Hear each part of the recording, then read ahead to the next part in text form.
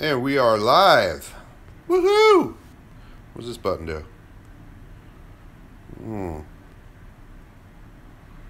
Beam. I think I like normal. Dance party?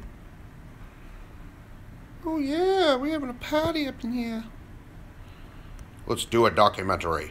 Today we are looking at MiniQuads. No. Ooh, sketch. Oh my god, I'm on acid. Oh, okay. Back to normal. Thanks for tuning in. Just kidding, nobody tunes in. That's alright. I had a lot of stuff going on. I got a lot of videos I've been making, but then I also had a lot of issues with quads lately. So I haven't been able to get out and fly like I wanted to. I've been doing a lot of testing and troubleshooting.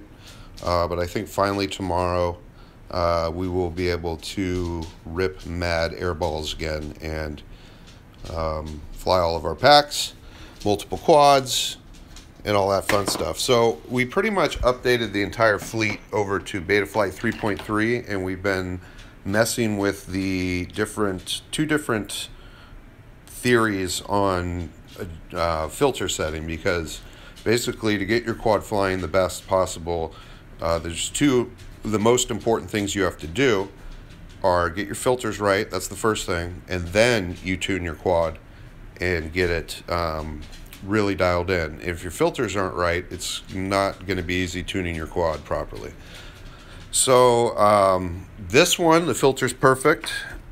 This is just the Floss 2 3.3. We got a Revolt on there, and it is ready to rip. Same deal with the brand new, our newest quad to the edition, the Astro X Silky, and this one is also 3.3, fully adjusted filters and tuned, ready to rip. Both of these today, when I plugged them in, the video wasn't working. Somehow my video wire on both of these got pinched. The VTX is pumping out, the plugs are in the cameras, but there's no video. I'm just like, are you kidding me? So my two that were flying perfect today, I had no video on, so that killed that. And then on this one, which is also running 3.3, I had a little tougher time getting the filter set right. So it passed the hover test, and then when I was out today in the field, of course this one, the video is working perfect, it started to it almost, like, if you didn't know what you were doing, if you're a rookie, you would have had to fly away. Like, you hit the it took off fine and hovered fine, but then as soon as you hit the gas, it was like, basically, if you've ever turned the D-notch filter off, D-term notch filter off, and you shouldn't have, that's what you'll get a lot of time. Like, the quad's just, it's like it's drunk or something. It gets all angry and flies up to the moon. But I was able to actually get it back and land it somehow. And I felt my motors, and they were so hot. So this one is not ready. I have to go back and rethink the whole idea of the filtering on this. And this is what's curious about this quad. This is my Theory XL that I've customized. It was flying super perfect with 3.2, so I might just go back to that if I can't get this going where I want it. But I had a Revolt on there, and it really flew well, but that Revolt died in a minor tree snag, which is funny. I saw someone else's Instagram post today, and they had the same thing happen. Their Revolt died on just like barely brushing a tree. So anyways, fuck that. So that FC died, and we got rid of it. We put an F7 on there. This is my first try at an F7. This is the Maytech F722, and it's pretty good so far, except that I might just have to go ahead and soft mount the flight controller, because we've had kind of twitchies and vibes that I've tried adjusting filters, and I even added a low ESR cap. You can see it there on the very back. Nice clean cap that I thought would maybe solve some of the issues, and it didn't. They're still all there. So I have to redo the filtering on this, and we're going to test it more tomorrow. But these two are guaranteed ready to fly, ripping balls. And then the only other quad we have that we should have out flying soon is this one. This is my Floss 2 5.5 inch frame. You can see it's all torn apart right now. There's literally nothing on it but motors. But that's because I had a Lumineer Alpha Stack, which is these F4 30 amp BL Heli 32 D-Shot everything you need in one little tiny super skinny stack for 75 bucks. It's a great deal, but the USB comes out the front because it's poorly engineered, and that USB is also poorly soldered. So after so many times of plugging in, it literally just came off completely, the USB plug. I was like, are you kidding me? And if it didn't have that design flaw, I would have ordered just a direct replacement for that and put it in, but was kind of pissed the way it broke. So I didn't reorder a new Alpha stack. I got the DAL RC engine, which is this really cool new 4-in-1 ESC that just came out. It's 40 amp, so you can power your huge freaking motors with it. And it's got like this weird heat protection engineering design where it draws heat away from your electrical components, which will protect it more. Putting that in, and we have to go along with that, the future. I'm really excited to check this out, try it out. This is the Betaflight F7 flight controller. It's got 2 gyros and limitless possibilities. So much CPU processing ability, it's insane. But the problem is, Betaflight right now is not optimized for this. It's going to run just like a F4. In the meantime, you can still fly it and it'd be great. But I also like the fact that you have 2 gyros in this. It has the 6000, which is really noise-free and just will work even if your quad has got all bent props and has a shredded arm.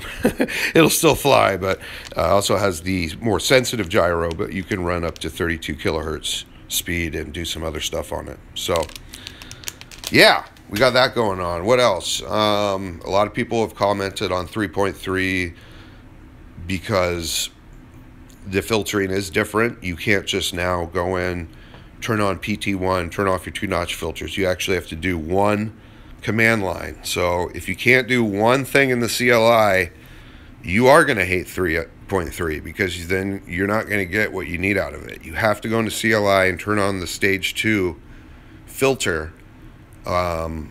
They recommend you start off at 150 hertz. I'm actually running 420 on these two, and they're perfect. Yeah, like that, 420. And then on this one, I have to adjust, but because I also have the dynamic filter on this one, and things are not right. So, but what you have to do is go into CLI and turn that filter on. Otherwise, you're not getting everything. You're basically just running 3.2. So if you want the real benefits for 3.3 Betaflight, you have to do that command line and test it out. I think if you're, anywhere from 2 to 500 hertz, you should have good attenuation in the band and see benefit. But it's, if for people that need to get it exact, you're going to need to get into black box and check out your motor frequencies and try to match that. I'm more of a guy that I like magic numbers, and close enough is good. So I test and I play around with the number, and when I think I got it at its best spot, I leave it. That's how I do it. So anyways, the last thing I'm going to talk about is this hobby, and it's kind of the nauseating things that I see going on in it. Like, I'm not into racing because, and I'll tell you why. Like, I love flying, I love MiniQuads, but it's not something I do as a full-time job, and it's not a competition for me. And because it's not either of those two things, I don't want to race, because that would change the dynamic of what I do this for and possibly ruin it for me. So for me, it's about the passion of flight and the art that you get to do, the new form of art that you get to express with an HD camera and flying with a quad.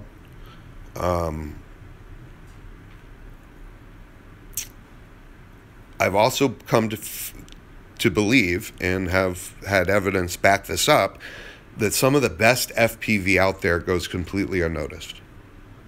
Or, just basically it's a lot of it's a popularity contest, and you got these guys who are good pilots, mind you, but they're getting the majority of the likes and follows and the bullshit.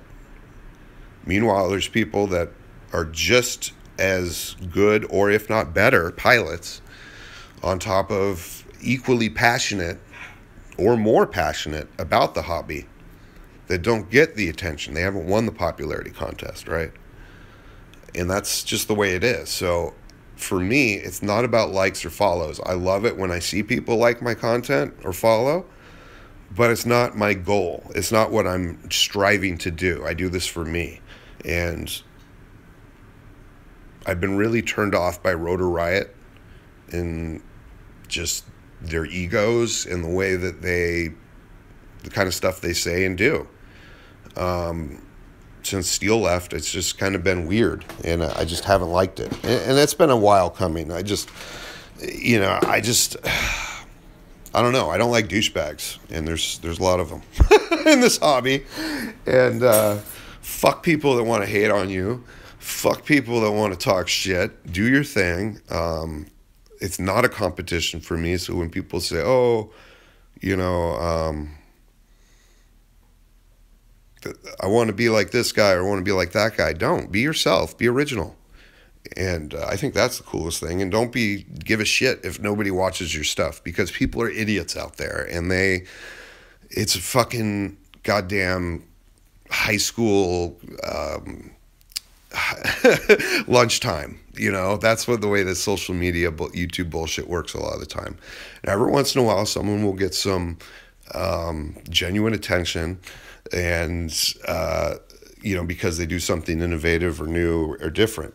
And that's cool, but there's a lot of stuff that I see, innovative, new, different, cool stuff that doesn't get any attention. And it's kind of sad, but it's just the way it is. So keep motivated. Don't do it because anybody gives a shit, because they don't. Do it for yourself and keep on ripping. Because I don't get to as much as I want to, but I do love watching other people's videos and seeing how they become content creators themselves and seeing how they develop. I really think this is a wonderful, positive thing, and the technology is just awesome, I'm rambling now. Anyways, I had to get some stuff off my chest. I still love Tommy, oh my God. I really like Schizo, Jonathan, Steele, and Konasty. I've come around where I really couldn't listen to their podcast at all. Now I actually enjoy it sometimes, even though they could professionalize it a little bit more. But I just and Jeff from Jeff Vortex, he's on YouTube. I really like that guy too. Not a bit, I stopped watching Ladrib. I stopped watching. I'm not a UAV Futures fan. I listen to Bardwell. I listen to the UAV Tech that he turned me on to, this guy, Mark. There's a lot of good stuff out there, and you don't have to like it all, pick the ones you like, and if people don't understand that you're human and there's going to be things you like and don't like, fuck them. So anyways, I got work to do. I have to take apart this one and get just figure out why the video is not working. And also this one, I have two perfect quads. Video doesn't want to work. And this one, I got to work on the filtering. So I'm going to have a busy night ahead of me. And then tomorrow, the parts come in for this guy. So we're going to have all of our 5-inch quads up and flowing. What's up, brother? I saw your message. Thank you. And yeah, everyone have a good night. And I hope I see you out there flying tomorrow. Peace.